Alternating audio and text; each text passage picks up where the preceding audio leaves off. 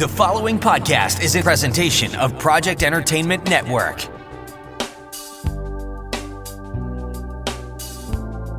Welcome to the Sample Chapter Podcast, the show where authors read a sample chapter from one of their books.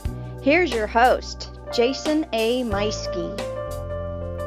Hello, my friends. Welcome to episode 131 of the Sample Chapter Podcast. Today we are visiting with a very fun author from Bedfordshire, England, Cali Bird. And we'll be talking about her novel, The Tales of the Countess, which readers have likened to Sex and the City meets Toy Story. Which, oh my goodness, I cannot wait to show you how that comes about. It's a delightful romp of an interview and a story with a very lovely author who you are sure to enjoy. That interview is coming in just a few minutes, but first, make sure you're following the show on all our social media. We are on Facebook and Twitter as just the Sample Chapter Podcast. You can email the show at samplechapterpodcast@gmail.com if you'd like to reach out to me. Maybe you have an author recommendation. Maybe you are an author and you'd like to come on the show and read a sample chapter, then reach out to me that way. You can also call the show and leave a voicemail or text message at 660-851-1146. I hope that by now you have taken the time to click that subscribe button on your favorite podcast player, as we're now available on all podcast platforms, including YouTube. And be sure to leave me a star rating or a review if you are enjoying the show. Even better yet, if you are enjoying a particular episode with an author or new book, then make sure you are sharing that episode with friends. You know, tell the world about this new story or new author that you heard about. And if you tag us on that post, I'll make sure and give you a shout out right back. either on social media or perhaps even on the next episode. So I like doing that. It's a lot of fun whenever that happens. Also, I want to take a moment and just thank everybody for answering the call last week. The month got away from me, and I kind of found out a little bit late about the 2020 Podcast Awards. But, oh my goodness, you all are incredible. The response was amazing and incredibly humbling. I just couldn't believe it. I mean, my request for you all to go on and vote was answered big time, and I have no idea how many people actually voted, but I do know how many times the post was shared and liked and shared again, and it just, oh my gosh, I'm so humbled. You guys are incredible. You know, I have listeners all over the world, and it just humbles me that you're enjoying the show and that you guys are doing what you can to help grow this show so that we can find more authors and share their works. And I have no idea how things turned out with the awards yet. I won't know anything until August 8th. But, as soon as I find out something, if I find out whether we're on to the next round or, made the list of shows, I don't know what to expect next. But as soon as I find out around August 8th, I'll make sure and share it on social media and, of course, on the next episode. And, again, thank you. My listeners are the best people in the world, and thank you very much. Well, while I'm saying thank you, let's go ahead and thank our sponsors, starting with U-Sto-All out of Warrensburg, Missouri. They are the premier self-storage facility in the Warrensburg area with 2 locations, both of them fenced in and fully secured with gated access, and you'll have your own private gate code. More than 60 cameras recording 24 hours a day, and solar panels powering both facilities. They have climate control and non-climate control, so they have a unit to fit your needs when you're moving or just needing to store some goods. Check them out online at U-Stor-All.net. That is spelled the letter U, STORALL.net. My writing here of late has been on fire. I have been writing and editing more and more. As I said last week, I've been editing in the morning, I've been editing in the morning because that's when I have more time, and then doing some free writing at lunch or in the evenings. when I'm sitting at home, and it seems to be working really well right now. I've really found my groove and moving right along. So we'll see what happens. Hopefully I'll have my next book out, but I'm writing all of this on Scrivener. I do all of my writing on Scrivener, and I'm able to do all of this because of my next sponsor, Scrivener, my favorite writing software. Hey, if you have just an idea and you're not sure what to do with it yet, you maybe got a bunch of characters and scenes. This allows you to break it all down into those little bits. You can move the pieces around freely. So if you realize there's a chapter that no longer fits in chapter 9, it needs to move to chapter 20, you can do that using Scrivener. Hey, check out this advertisement for the software and make sure you're listening in particular for that coupon code to save yourself 20% on the regular desktop version.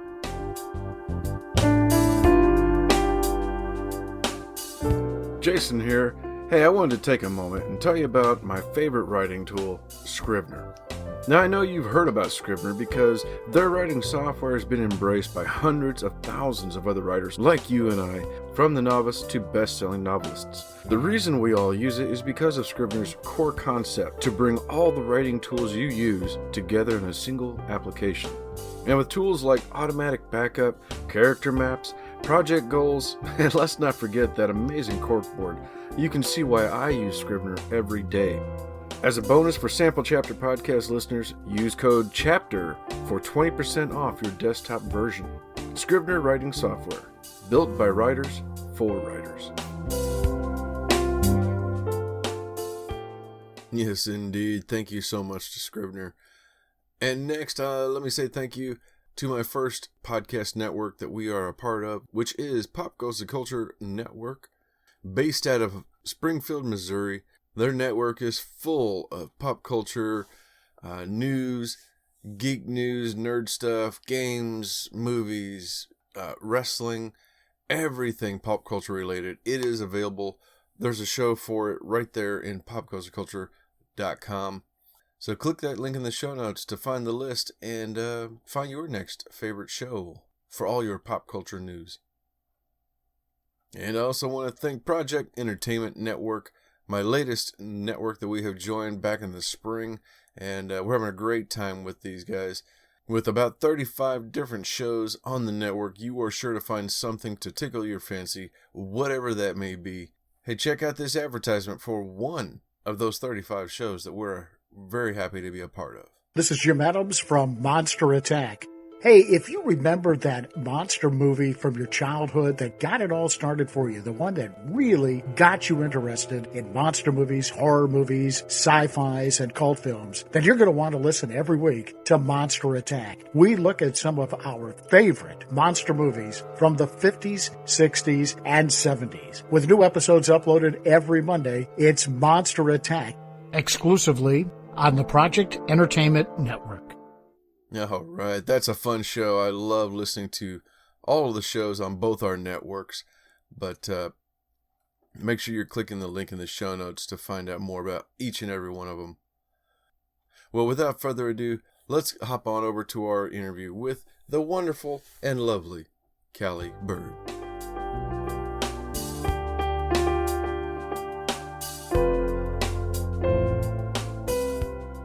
Ladies and gentlemen, welcome back to another episode of the Sample Chapter podcast.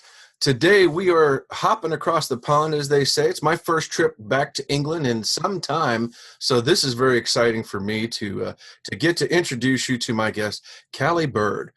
As a life coach, she helps people find the time and courage to be creative alongside the other things that you have to do in life. And today we're talking to her about her debut novel, about the need to find happiness in yourself before you get your man.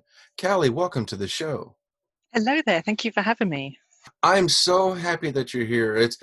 This is exciting to get to branch out and have an author like yourself. So how are you doing? Are you staying healthy and staying well? I am. Yes, so far we're all okay. We're coming out of lockdown. Everyone's still working at home. I do my day job from home, but the hairdressers opened up 2 or 3 weeks ago, so that was good. Everyone, that was like the biggest news. Is like, at last, I can get a haircut.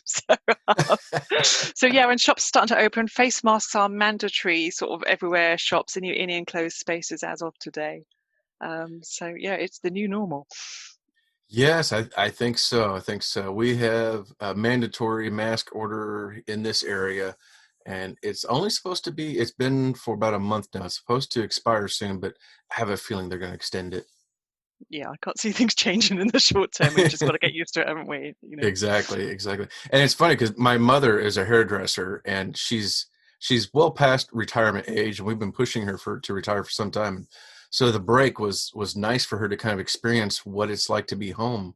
And she's been bombarded by phone calls when we opened up for a little while, and she's like, I don't know if I want to go back to work. That's a lot of there's a lot of people counting on me, but I kind of like staying home now. Oh, well, that's nice. That's maybe a nice way to get into retirement. Yes, yes. It was much more peaceful than she was anticipating. So, so now you have your author website, obviously, but then for a while you've been running the Gentle Creative. Tell us about this. Okay, so yeah, a while ago, I don't have a life coaching business now, but I used to have, and I'm someone who's quite sensitive, and I love writing about creativity. I've come through, I don't know if you've heard of Julia Cameron, The Artist Way, sort of that way into creativity. I love Elizabeth Gilbert, Big Magic. Mm. But I find that I'm someone who has to do things in a little and often way. So it would be great. I'm sure we'd all love. If we could all give up our day jobs and just live off our writing, or just do artistic stuff, that would be fantastic. Mm-hmm. But for most people, it's not realistic. So we have to do the job, or we have to look after our family. My parents are older now, so I've had a lot more responsibility there in terms of just supporting them. So I say, don't let that stop you being creative. Just fit your creativity round those things. You can write for 15-20 minutes a day. If you do 200-300 words a day, you've got a draft of a novel in a year. So I really sort of just nudge people around the things that could stop us. And initially it's not about being published or having your music on the radio. I mean, that's great, and and now I've reached that stage. It is fantastic, but it's really about just getting out there and being creative and doing it how you can and getting the rest that you need. I find at the minute in the pandemic, I get so tired. I think there's just a lot going on emotionally, so I need more rest. So I used to write on Sundays. Now I need to rest more, and I need to accept that and just do it in a gentle way that works. And then I find I'm more resilient, and over time, my efforts have built up to something, much more substantial. Mm-hmm. Yeah, and there's so much truth to that, because as somebody who wants to be creative, once you take a moment, you look at the time in your life, it's easy to see, like, actually I could fit this in here and take a little bit of time for myself. And do I really need to watch the DVR and how many shows I have recorded when I could skip one episode and do my creative venture, or play a video game or something else? We can always make a few minutes away. Yeah, and that's what it's about. And it is surprising. I mean, I can write 500 words in 15-20 minutes just as a first draft. They might not be carefully crafted, but in just getting stuff on the page, whether that's handwritten or whether that's on my laptop, and that doesn't take that long, but it feels good to have done it, even if then you have to go about the other things in your day which you have to do, like your work and family responsibilities. But it's really wonderful to get those small amounts done regularly. Yes. And I think it helps get through fear as well. You don't have to be scared. There's nothing scary about writing for 20 minutes. It's really doable, So it's not like, oh my God, I've got to do this and give up my job, and how am I going to make money? And you just forget that. Just do it in little, I call it pockets of time. Just find those pockets of time around what you have to do. And that might mean, that, yeah, you watch a couple less episodes of the latest Netflix or something. You do have to sometimes be a little bit disciplined. You have to put your phone down and stop scrolling aimlessly through Instagram or something, and you think of the time you can burn there, where you could have done something, or you could have sketched something, or you I had a client once. He was a musician, and he used to just sort of write 2 or 3 bars at a time. Between clients, he had his guitar in his car, um, and just used to do a few licks in between meetings or something. So anything's possible if you want to. Yes, yes. Yeah, and with the computers and the internet being what it is, I'm now able to even at work, I can take a few minutes during a lunch break and pull it up on my phone and do a little bit of writing or reading. Just depends on where my mood is at that time. And Yeah. it's that wonderful feeling you get being productive, and yet I'm not wearing myself out. Yes, and that's the thing, because it is easy to wear yourself out, and I'm someone who does have that tendency, so I've had to learn the hard way. Just be gentle, get enough rest, put back in. I'm reading more at the moment, actually, and I think, again, it's sort of escapism from everything, but it's also a way of just putting nice things into my brain rather than forcing lots of things out of it. Now, how about whenever it comes to authors and you're helping them find that time and the courage to do the writing? Now, what about when the book is, nearing finish and it's time to share that with others or to actually hit that publish button? How do they get past that fear? Well, I think it comes a point you kind of do have to do it. In terms of sharing with others, I mean, sometimes it's good to have beta readers for our work before we go totally public. And then I think it's about asking for the kind of feedback that you want. You want to find people who are kind. Don't give it to the person who prides himself on their blunt truth. Mm. That's not a good first reader for your work. Um, and then, I mean, Elizabeth Gilbert has a good tip for this, which helped me when I was finally putting the Countess into the world. That we tend to think of our work as our baby. We might spend months or years on it, and we're really emotionally attached to it. Um, and so, if somebody reads it or criticizes it, it's like you'd never call someone's baby ugly, would you? But it feels like that if you're getting bad feedback. So it is about just making that emotional distance. And it was the Countess. I actually started writing it 20 years ago, and I worked on it for years, and I was learning about writing as I went. And then I put it aside for about 9 years, and actually that really helped me, because when I picked it back up, I think I did have a bit more emotional distance then. So it was less my baby and more of what do I need to do to get this out there. So that did help. But yeah, it is still nerve-wracking, when there's people I work with who have read it and you think, oh my God, they're going to know about my life, even though it's fiction. There's a lot of yourself in there. So, Right. but it is worth it. Now on the other side of this, it is so fantastic having it out there at long last. I do recommend it. It's so amazing to me, being somebody on the other side. I've got the one book out now, and that relief it was to have that book done, and then to talk with other authors like I get to do every week, and to hear the same story and the camaraderie of so many other authors who, like myself, worked on that first book for years and years and years, had to leave it for a while, came back to it, and it was just such a relief to be able to, we're comparing ourselves to well-published authors who Yeah. are very well established, and yet here's, we all had a starting point, and Well, it's nice to have that camaraderie. yeah, and I think as writers, we are actually some of our own worst enemy on that, because Mm. I mean, I was very naive when I started writing. You think because you can write, I know English, I do grammar, I've taken exams at school. Yeah, I can write. Um, but actually, it was many years before I realized what it took to write a novel and to build a story. It was several years in when I realized I don't know how to do this. you know.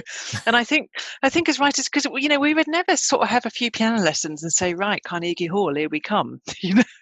But as writers, we do want that, don't we? We start writing and we're like, we want to be bestsellers, we want to be in Barnes and Noble or Waterstones in the UK, or number one on Amazon. And I think we are actually our own worst enemy there in our expectations. But then we learn the hard way, and then we learn it's a craft, and it just takes longer, and that we'll get there eventually, but it takes a lot of practice and perhaps a few failures along the way or some disappointments. But in keeping going, you do reach a point where I think you get over the hump with it, and it's like, oh, this isn't so bad now. So this first novel, Tales of the Countess, romantic comedy that has been likened to Sex and the City meets Toy Story, which is quite the hook. Oh my goodness, where did this idea come from?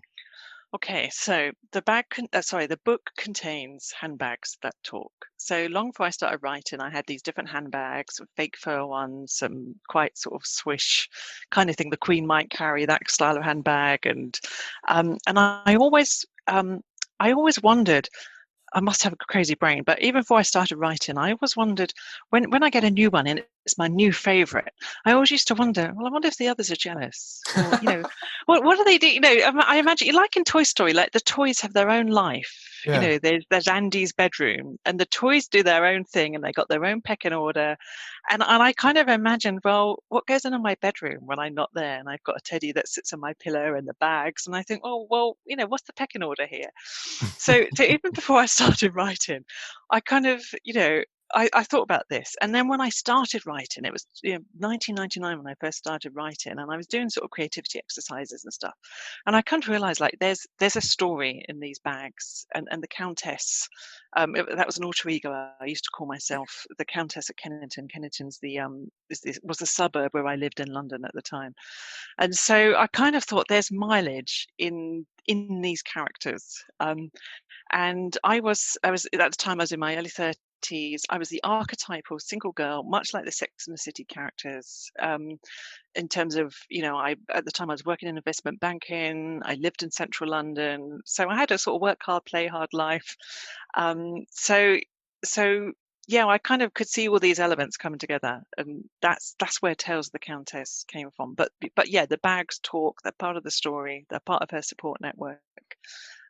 But it's definitely for adults. Because my mum used to say, "Is it a children's book?" I'm like, "No, mum, it's not children's. It's not 50 Shades of Grey, but it's not children's." Oh my goodness.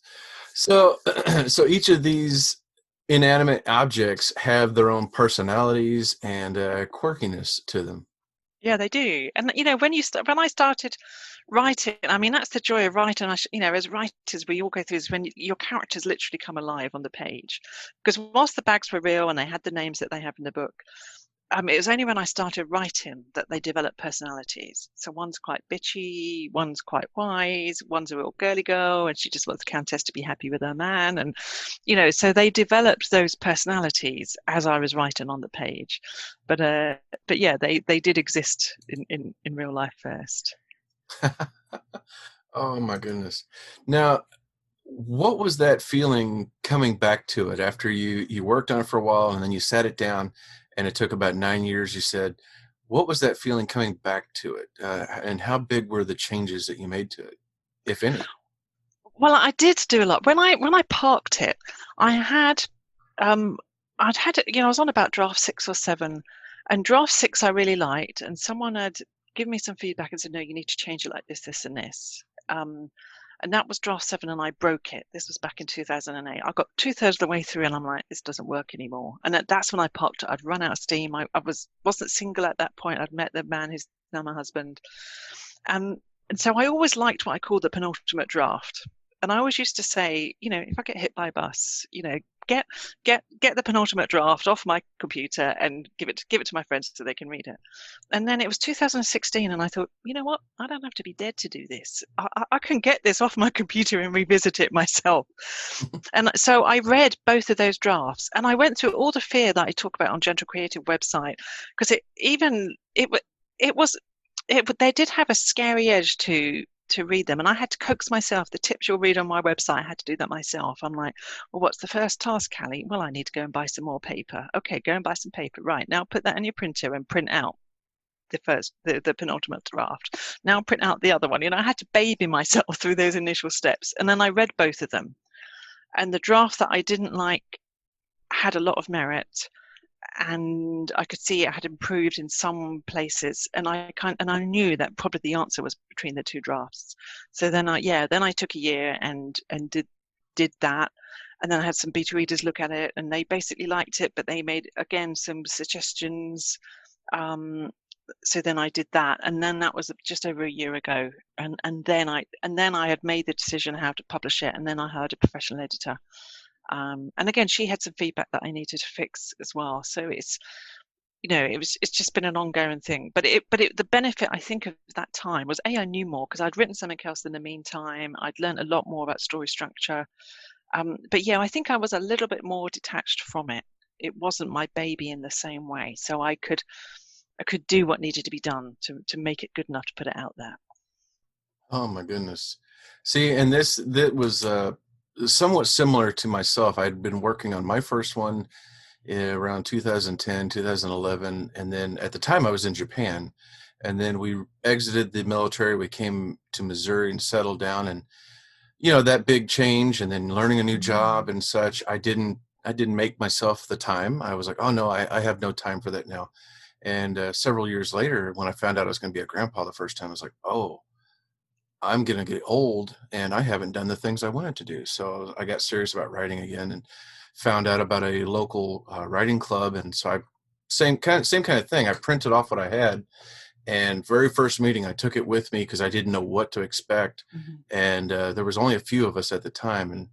And they said, oh, good, you brought something with you to read. And, do you want to go ahead and read it? And I'm like, oh, my goodness. That's daunting, right? Yeah. So, okay, I'm serious about this. Let's go ahead and do it. And so I read it. And it was such a relief to hear that, yeah, I've got something there. And I just read like the beginning of it, the first chapter. And they said, yeah, no, you've got something there. We're excited. We can't wait to hear more. Here's what you'd want to fix and change it. And such a relief. And it really energized me for the next couple of years, finishing the rest of the story and then cutting what had to be cut and putting it together. Yeah, it just takes time, doesn't it? And I think there's definitely a benefit to going back to something, because I think you do see it with new eyes as well. You're less buried in it. Yes. And I've reached that point now where with my current works, if I'll put something down for just a little while and work on something else for a few weeks, either I'll have that aha moment when I'm working on something else. Oh, I know how that's going to work now on this other story. Or if I go back and pick it up and I'm reading through, I'm like, oh, okay, yeah, you know what? I know what's supposed to happen next, and go from there. Yeah. Now, did you plot out this book, or do you like to just kind of seat your pants?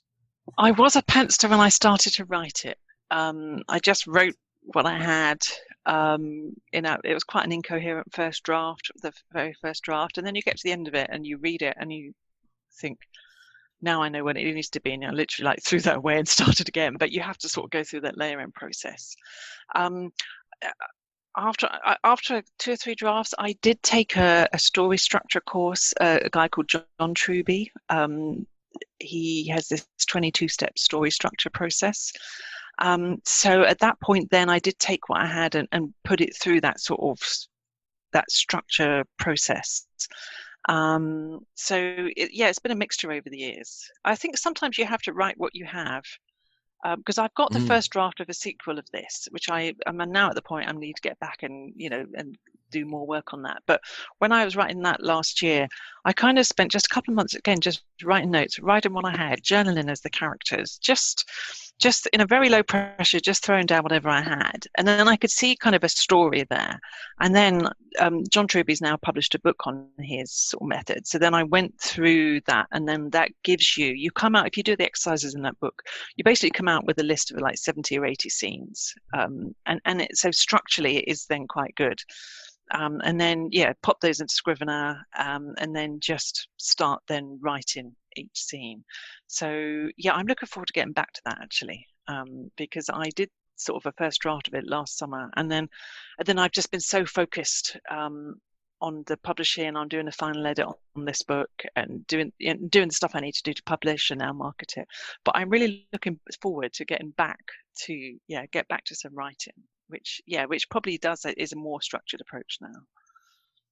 That is so exciting to hear you say that there's going to be a sequel. I was going to ask you about that because I've been looking into this, leading up to our interview, and it seems to have a lot of build up, a lot of people just absolutely adoring the storyline. So I was hoping to hear that you had have a sequel to it. So what's that like to go back into this world? Well, don't ask me in about 3 weeks' time when I've got time planned to do it. I'm a sort of just doing this purge of marketing and talking to people like your good self to see if I can come on their podcast.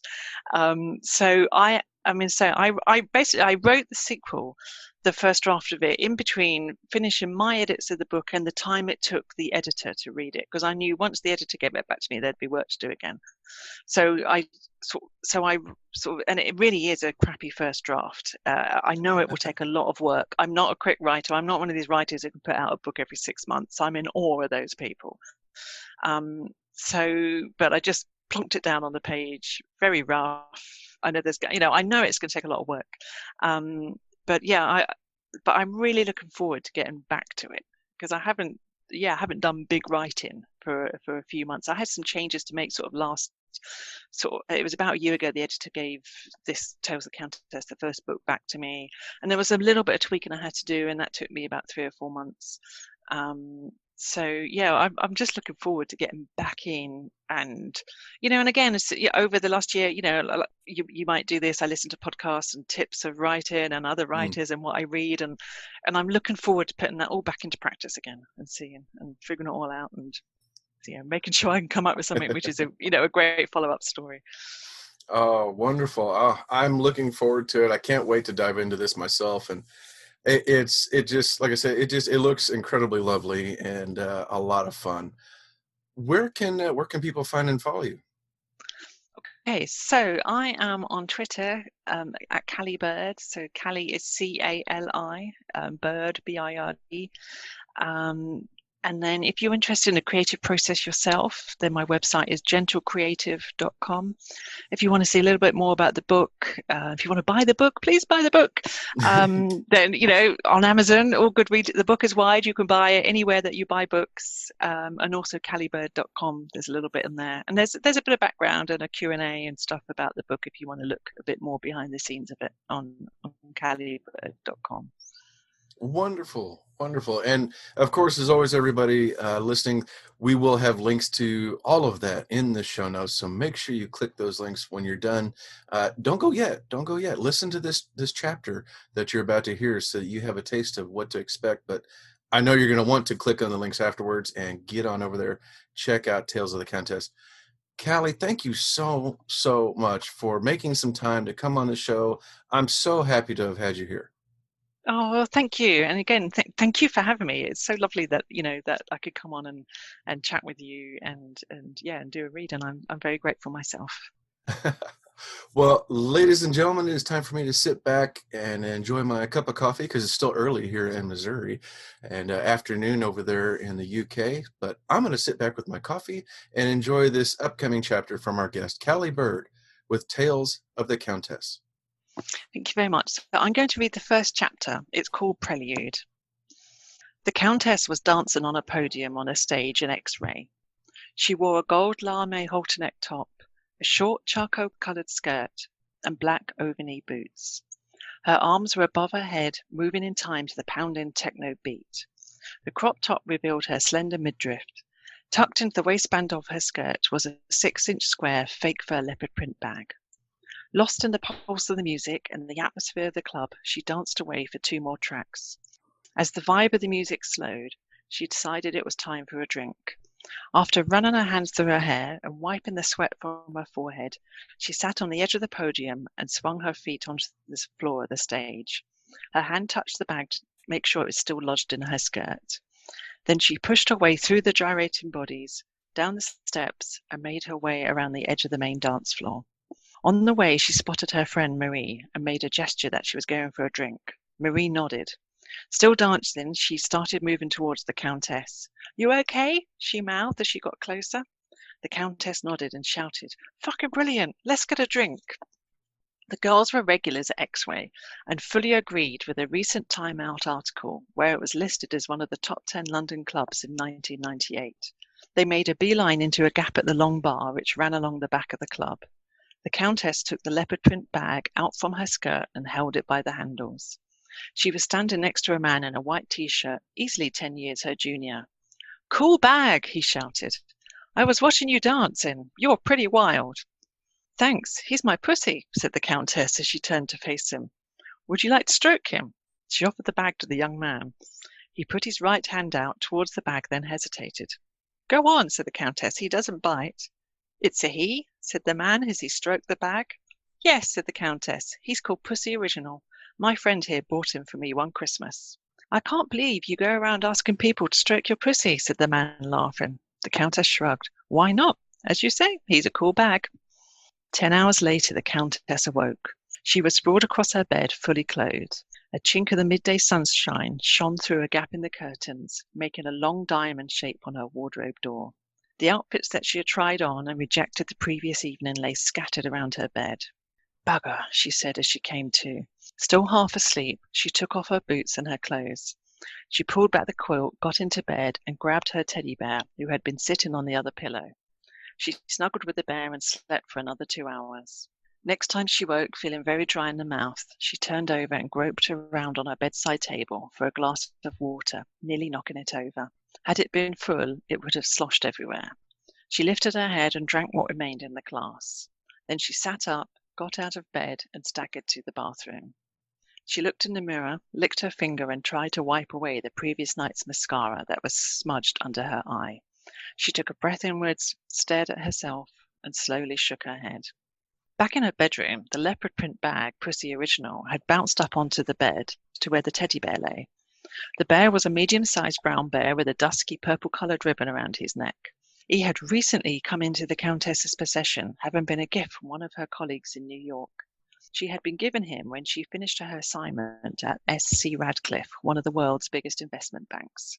For this reason, she had called him American Ted, though there was nothing particularly American about him. He spoke and carried himself in exactly the same way as the finest of English teddies. "Looks like it was a rough night," said American Ted. "You can say that again," said Pussy Original. "Boy, can she drink. Probably stores it in those long legs of hers." The Countess once had Yellow Ted, who was very old and battered. One day he was swept away in the linen at a 5-star hotel when she was on a business trip and was never seen again. At the time, she figured it was a sign for her to grow up and find a decent man with whom she could share her bed. However, that plan had still not come to fruition, so when American Ted came into her life, she was secretly overjoyed. "Do you think she'll ever settle down?" asked American Ted. "I'm sure she'd love to," said Pussy Original, "but it never worked out with the MSL in New York. So she's still clubbing, drinking too much, and chatting up the wrong men." "The MSL," said American Ted. "Let's see if I've got this straight. He's called Ed, the one she used to work with." "That's him," replied Pussy Original. The MSL was an abbreviation that the Countess had concocted with Marie. At the time, both of them were suffering unrequited love, and both used to jokingly refer to these men as the man I love and want to marry. They rolled the two men up into one imaginary character and named it in the third person, the man she loves and wants to marry. That got shortened to the man she loves, which got shortened to the MSL. Marie eventually got to go out with her MSL, but he developed an aversion to spending any quality time with her, so she dumped him. That left the Countess still pining for hers. "But she doesn't work there anymore," said American Ted. "That's why I'm here. So will she ever see him again?" "Who knows," said Pussy Original. "I think she was hoping for a fairy tale ending when she had her leaving drinks in New York. You know, where she fell into his arms at the end of the night and it was all stars and roses. Didn't happen, though." "Oh, no wonder she's hurting," said American Ted. "She's cried a couple of times at night. I bet that's why." "Yep, she's hurting bad," said Pussy Original. "That's why it's great to have you around. She needs a teddy.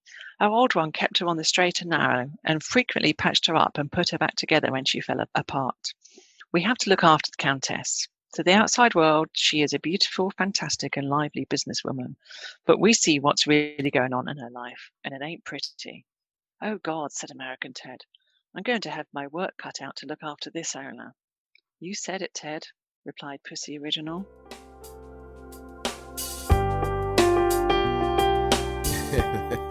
There you go. That was Cali Bird reading a sample chapter from her new book, Tales of the Countess, which was so much fun to listen to. I have this book. I am getting ready to dive into it myself, and I know you're going to want to do the same, so click that link in the show notes so you can pick up a copy for yourself, learn more about Cali and everything that she has to offer. Don't forget to also click the link for our podcast friends and sponsors alike, and hit that subscribe button so you don't miss out next time when we're back with a brand new author, a new book, and an all-new sample chapter. Take care, everybody. Keep being nice to each other, and we'll see you again real soon.